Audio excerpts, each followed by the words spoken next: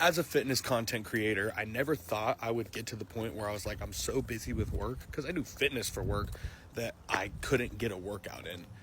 But I'm going to be honest with you guys, and I'm getting steps in. That's why I'm walking. I have been slipping on that lately. So I took a piece of advice, and this is straight out of Atomic Habits. I recommend you read this book.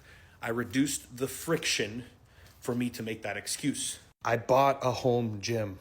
I actually went through this phase myself. I went through a period of like 3 years where I worked out exclusively in my home gym. Got all this stuff for really cheap at Walmart. Just had to sell it all, unfortunately. RIP home gym. But there are lots of other ways that you can reduce friction with your workout routine that don't require you to spend thousands of dollars installing a home gym. When I was fresh out of college and I just started working full time, I very quickly realized that it was not going to be convenient for me to work out after work, because that's typically when the gyms are most crowded. So my only other option was to go to the gym before work. But I'm not really a morning person. So what I did in order to reduce the friction of getting up and going to the gym in the mornings was set my clothes out the night before, and also mix my pre-workout in my blender bottle and set it on my nightstand right next to my bed. I had an alarm set in my phone, but I knew that the alarm was not for getting up and going to the gym. It was for turning over in bed and drinking my pre-workout. And when the pre-workout starts hitting 10 or 15 minutes later, I was fucking amped and ready to get up and go to the gym. So short of spending a whole shit ton of money and installing an entire home gym, there are a lot of things that you can do to reduce friction when it comes to your exercise routine. I would recommend taking a look at whatever your biggest hurdle is to getting to the gym or getting a workout in, and start there. If it's time, maybe think about finding a gym that's on your way to or from work to reduce commute, or maybe get a couple of affordable pieces of equipment that you can use at home.